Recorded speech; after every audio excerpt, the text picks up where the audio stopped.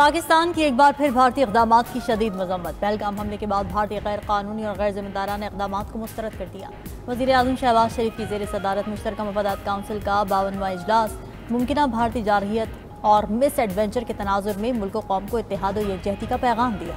मुश्तरका मफादात council के एलामे में कहा गया कि पाकिस्तान एक पुरअमन और जिम्मेदार मुल्क है, लेकिन हम अपना दिफा करना खूब जानते हैं। तमाम वज़राए आला का वफाकी हुकूमत के शाना बशाना खड़ा रहने के आज़म का इजहार। भारतीय इक़दामात के खिलाफ सेनेट करारदाद की भरपूर पजीराई की गई।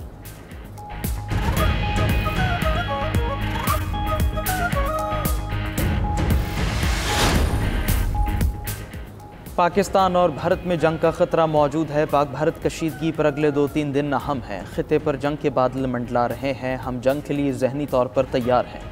वज़ीर दिफा ख्वाजा आसिफ कहते हैं, हमला हुआ तो जवाब ज़्यादा सख्त होगा। दोनों ममालिक की फ़ौजें सरहदों पर खड़ी हैं। ऐसी सूरत हाल पैदा हो तो हम इसके लिए भी 100% तैयार हैं। जंग मुसल्लत की गई तो भरपूर जवाब देंगे। तीनों मुसल्लह अफ़वाज दिफाए वतन के लिए तैयार हैं। पाक भारत कशीदगी में कमी के लिए दोस्त ममालिक मुतहरिक हैं।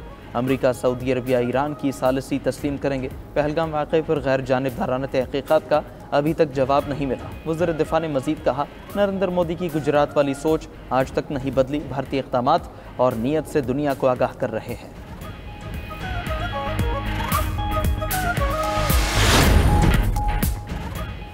नायब वज़ीर आज़म और वज़ीर ख़ारजा सेनेटर इसहाक़ डार का कतरी हमनसब शेख मोहम्मद बिन अब्दुर्रहमान अस्सानी से फ़ोन पर राबिता। भारत के बेबुनियाद इल्ज़ामात, इश्तियाल अंगेज़ बयानबाजी और यकतरफ़ा इक़दामात बारे बताया। कौमी सलामती कमेटी की तरफ से किए गए हालिया गौर खौस और फैसलों से भी आगाह किया। कतरी वज़ीर ख़ारजा की तनाज़ात के हल के लिए बातचीत और सिफारतकारी बरूए कार लाने की अपील।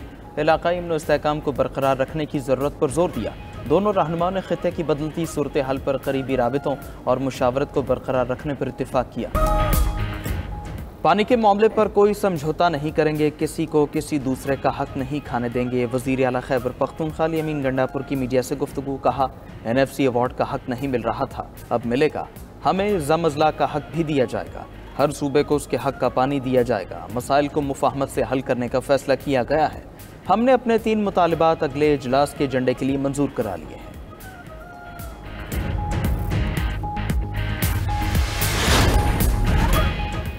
तुर्क सदर ने पाकिस्तान और भारत को बढ़ती कशीदगी में कमी लाने की अपील कर दी। सदर रजब तैयब एर्दोगान का कहना है कि दोनों ममालिक के दरमियान संगीन सूरत हाल नहीं चाहते हैं पाकिस्तान और भारत कशीदगी कम करें। हम अपने खित्ते और इससे बाहर नए तनाज़ात नहीं चाहते। फ़लस्तीन फ़लस्तीनियों का है और तुर्की हमेशा फ़लस्तीन के लिए अपनी हिमायत जारी रखेगा। मशरक़ी यरूशलेम और मगरबी किनारे की तरह गाज़ा भी फ़लस्तीनी अवाम का है।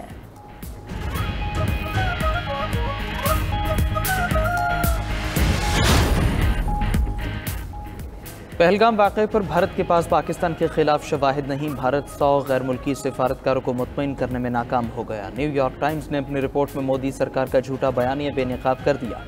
अमरीकी अखबार ने अपनी रिपोर्ट में इंकिशाफ किया कि भारत ने अंदरूनी खल्फिशार से तवज्जो हटाने के लिए इल्ज़ामात लगाए।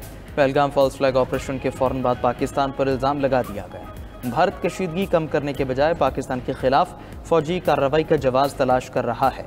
न्यूयॉर्क टाइम्स का कहना है, मोदी सरकार ने पाकिस्तान के खिलाफ इक़दामात के लिए कई ममालिक से हिमायत मांगी। भारत गैर मुल्की सफ़ीरों को पाकिस्तान के खिलाफ सबूत देने में नाकाम रहा। बिलाखिर अपनी शर्मिंदगी मिटाने के लिए कह दिया, मालूमात इकट्ठी करने के लिए मज़ीद वक्त दरकार है।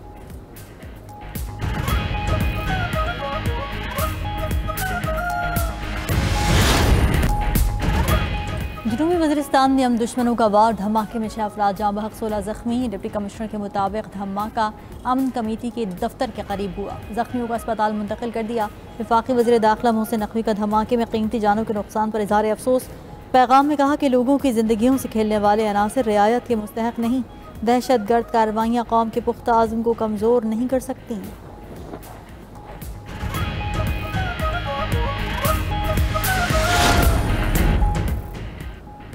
नोशकी में ट्रक अड्डे पर ऑयल टैंकर में धमाका, खौफनाक आग की जद में आकर 60 के करीब अफराद झुलस कर जख्मी हो गए। नोशकी के टीचिंग अस्पताल में ज़ेर इलाज 20 जख्मियों की हालत तशवीशनाक है। जख्मियों को इब्तिदाई तिब्बी इमदाद के बाद हेलीकॉप्टर पर कोयटा मुंतकिल कर दिया गया। आग की जद में आकर DSP नोशकी शरीफ बड़ेच और फायर ब्रिगेड अमला भी जख्मी। रेस्क्यू इदारों ने ऑयल टैंकर में लगने वाली आग पर काबू पा लिया। तर्जुमान बलूचिस्तान हुकूमत शाहिद रिंद का कहना है, अफसोसनाक वाक़े की तहक़ीक़ात जारी है।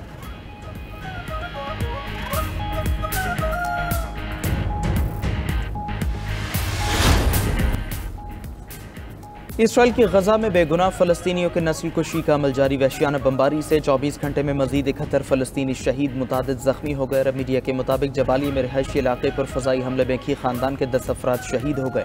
खान यूनुस में बम धमाके से तबाह मकान के मलबे तले से 4 लाशें निकाली गईं। 7 अक्टूबर 2023 से शहदा की मजमूई तादाद 52,243 हो गई। दूसरी तरफ यमन पर अमरीकी फ़ज़ाई हमलों में शहदा की तादाद 76 हो गई। हौसी गिरोह के मुताबिक अमरीकी फ़ौज ने दारुल हुकूमत सना को निशाना बनाया।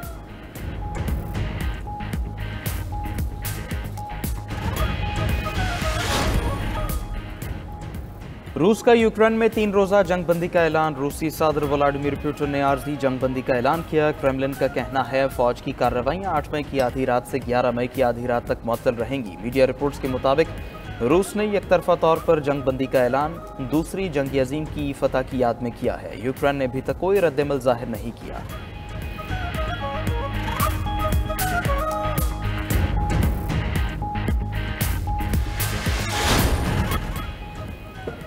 स्पेन और पुर्तगाल में बिजली का बड़ा ब्रेकडाउन। मीडिया रिपोर्ट्स के मुताबिक बिजली की फ्राहमी मुअत्तल होने से स्पेन में ट्रैफिक लाइट्स बंद हो गई। बिजली की अदम फ्राहमी से रेलवे सर्विस भी मुतासर। मैड्रिड ओपन ने स्पेन में शेड्यूल मैचेस मंसूख कर दिए। दोनों ममालिक ने बैरूनी हाथ या साइबर हमले का इम्कान मुस्तरद कर दिया। ग्रिड ब्रेकडाउन की वजह जानने और बिजली की बहाली पर काम जारी।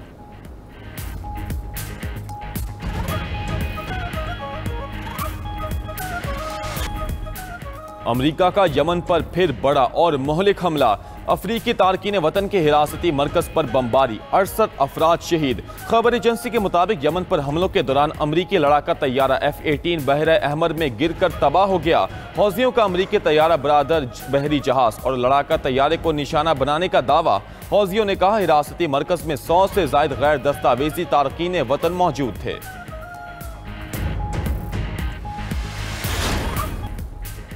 ईरान में बंदरगाह पर धमाके से हलाकतों की तादाद 46 तक पहुंच गई। 1000 से जायद जख्मी। मीडिया रिपोर्ट्स के मुताबिक 2 रोज बाद भी धमाके के मकाम पर आग लगी हुई है। धमाका मिसाइल के ठोस ईंधन की गलत जखीरा अंदोजी की वजह से हुआ। ईरानी वज़ीर दिफा ने मिसाइल के ठोस ईंधन की रिपोर्ट्स को मुस्तरद कर दिया। ईरानी सुप्रीम लीडर आयतुल्लाह खामनाई का धमाके की मुकम्मल छानबीन का हुक्म। रूस ने ईरान की मदद के लिए अपने तैयारे ईरान भेज दिए।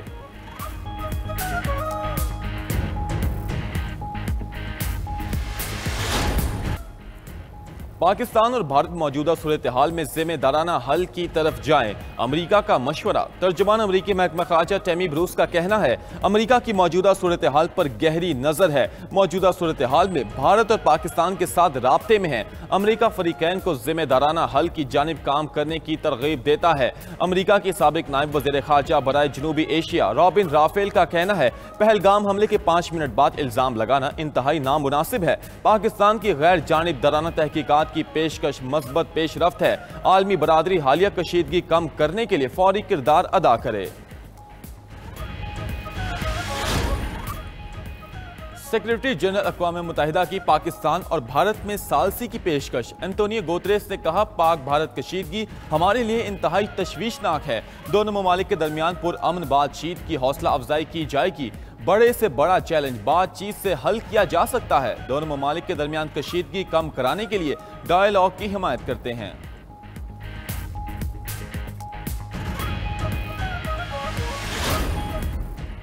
अमेरिका ईरान के ओमान में मुज़ाकरात का तीसरा दौर मुस्बत करार। चौथा दौर ओमान की सालिसी में 3 मई को होगा।